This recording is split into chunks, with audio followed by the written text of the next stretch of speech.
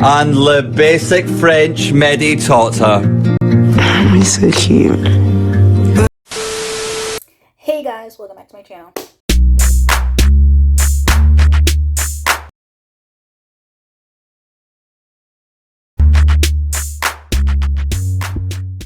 If you don't know this beat, it's a girl KylerB coming at you for a new video. So today we're going to be talking about Love Island Season 10, Episode 21. We do not count the unseen bits, so that's why the ordering is a little slanted. Let's talk about this episode. This episode was giving dead. It was giving tired. It was giving dry. It was like not giving at all. It was definitely giving filler. And this is how you know Casa Amor is coming. You know, everybody seems pretty chill in their couples, obviously, with the dumping of Medi and Mal. You know, Whitney and Sammy are like, you know, taking the loss and whatnot. Whitney literally really liked Medi. Like, if you thought it was jokes or bants, not on Whitney's side. She actually really liked this dude. She busted out crying, boo-hoo crying, over Medi.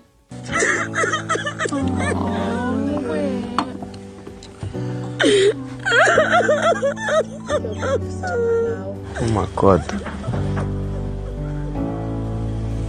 That's days and weeks of emotions. Like, this girl was really, she had feelings for this guy. And I'm just like, Whitney. Also, in this scene, you can also see who is the core four of the girls, which is Jess, Ella, Catherine, and Whitney. Because when we were watching that scene when Whitney was boohoo crying, where was Katie and Leah? Like, Katie and Leah were nowhere to be found. Like, they were there initially, but I guess they got up and left. Like, you can tell who's close in the villa. Like, they're definitely not as close to Whitney, Jess, Catherine, and Ella like that. You know, they're cordial, but yeah, you can see. Obviously, she was crying. The guys were like, obviously you can hear it because, you know, so we hear Scott basically saying that's like weeks of emotion build up, you know, and then Zach is saying like you can tell that was real between Whitney and Medi, da da da da. You know, the guys are comforting Sammy. You know, Whitney's kind of like, you know, she's upset. Well, she's obviously upset because of what happened. Then she's like, you know, she's feeling alone because she's gonna go sleep in the bed that her and Medi used to sleep in by herself. You know, Sammy has to do the same. That's not alone. You're not alone, Whitney. Stop saying that. You're gonna break my heart, love. You're gonna make me cry.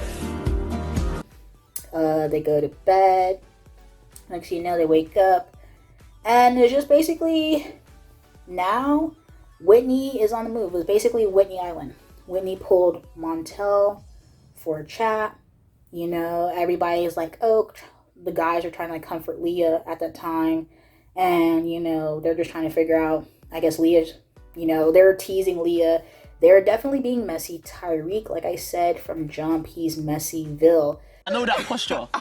That's thinking about the future. So let him do it. That posture's like, oh, this is a great convo.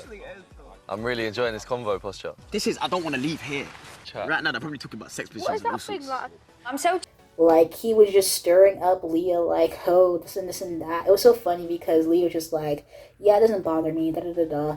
You know, what am I supposed to do, da-da-da-da. Even though, obviously, it does irritate her that I guess Montel is speaking to Whitney. The thing about this conversation is from the very first conversation that Whitney and Montel had, you can tell Montel did not like Whitney like that. When he came into that villa, his eyes are set on Ella, Catherine, and Leah. Whitney was never in the mix. It was like giving friend vibe. You know, even when she first chatted to him after the whole Medi situation, he was just not into it. Obviously, Whitney's still trying to, you know, approach Montel because that's probably her type. You know what I'm saying? Someone that she likes, but Montel's not feeling it at all. And I guess Whitney's not picking up on it because it's not going anywhere. It's not giving, like on Montel's side. So then after that chat, we see Leah pulls Montel to basically talk about like what's the chat. And here Montel's like, you know, I'm not giving her, you know, too much, you know, I'm not giving her off that vibe that, you know, I like her or anything like that. And then he, I guess, proceeds to call Leah a princess. And I'm just like, he doing too much now. Like, if anything, he should just let Whitney know, like, yo, I'm not feeling you like that. It's just gonna be Friend Island with you. You know, cut it off, because you're just wasting Whitney's time trying to, you know, when she's trying to graft you, and you're wasting her time. I could have told you that for free. Montel does not rate Whitney like that, okay? Next thing you know, we see Jess and Sammy have chats. You know, basically, he said the night before that before Mal got dumped, he did have that window open, so it's not like he's jumping ship or anything like, oh, because Mal is dumped, I'm going to go jump ship. He's not going to pull a Zachariah, like, he's not going to do that. You know, he's lucky enough that he had that window open with Jess before Mal got dumped. And now that Mal got dumped, it even, like, that window is wide open for him and Jess to, like, reconvene and get back to knowing each other. Next thing you know, Jess gets a text that Whitney and Sammy are going to cook for the villa because they're both single. So they get ready and they're going to cook for the, you know, the villa for the rest of the couples. Do not let Sammy in your kitchen. Do not let Sammy in your kitchen. What the fuck is this? He had spaghetti, and this man made spaghetti into mashed potatoes. Like, spaghetti into mashed potatoes. And because they're on a time crunch, as I would imagine, they were just like, you know what? You know, still serve him that spaghetti and then hide the spaghetti with the pasta sauce and still serve all the islanders it. Like, they're not serious. Like, they calling it pasta mash. Like you feeding people slop.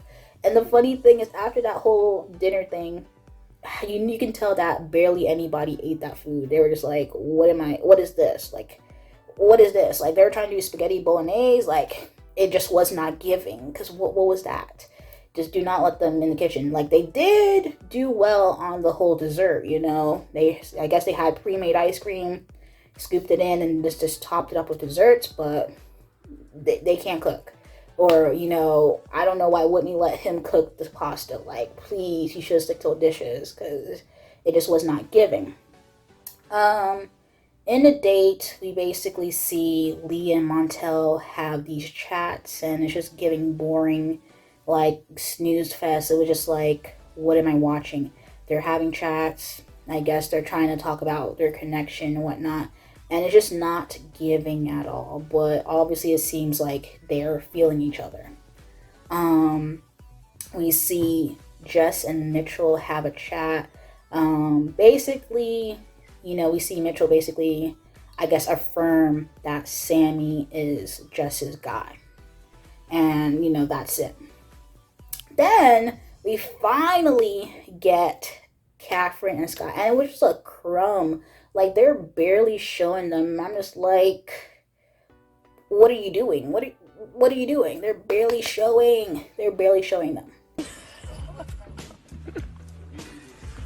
But anyway, what do you think about us? You know, we are getting closer. 100%.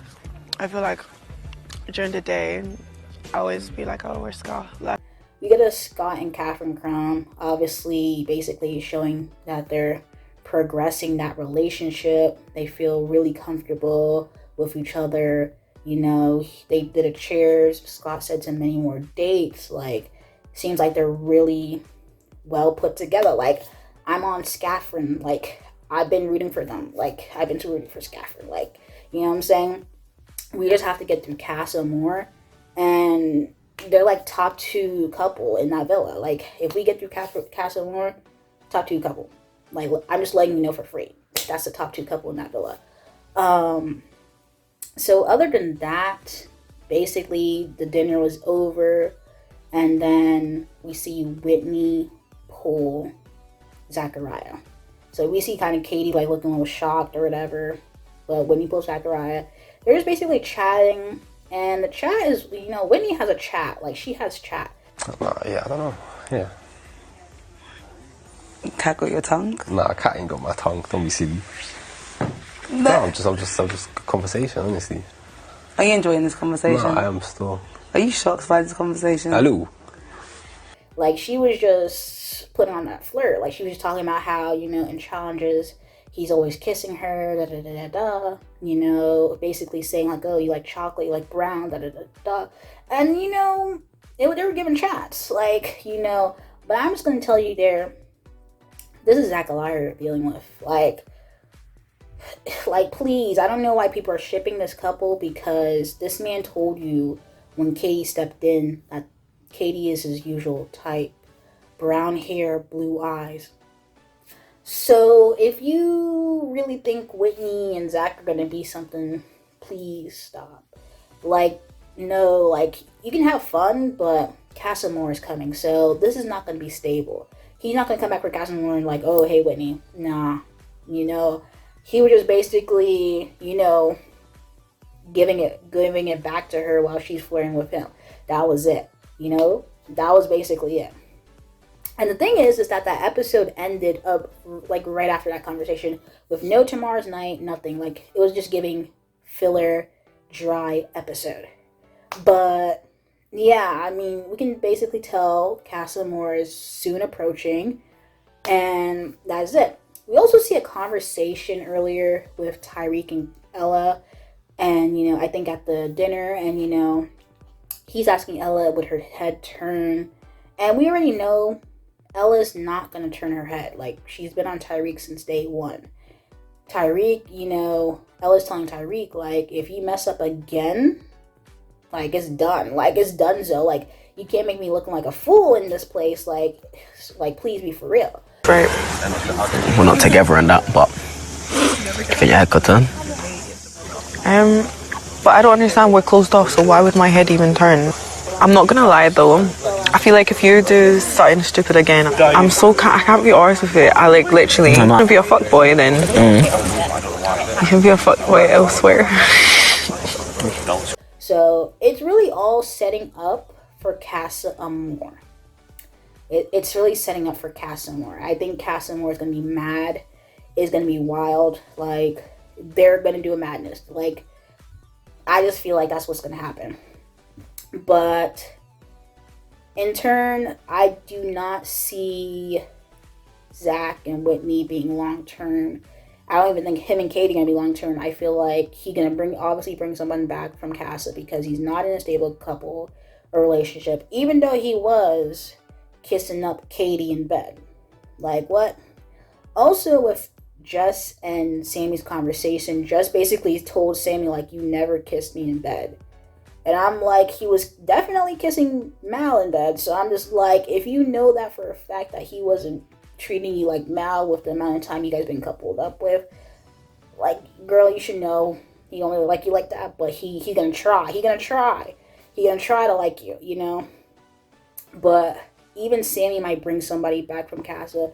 Who knows? Really, I feel like at the end of the week or tomorrow, we're gonna get a recoupling, just so Whitney and Sammy can get recoupled, because they obviously see that Jess and Jess and Sammy obviously would like to get recoupled back together. So, I mean, they can either leave Sammy and Whitney single and going into Casa Amor, or they're gonna recouple.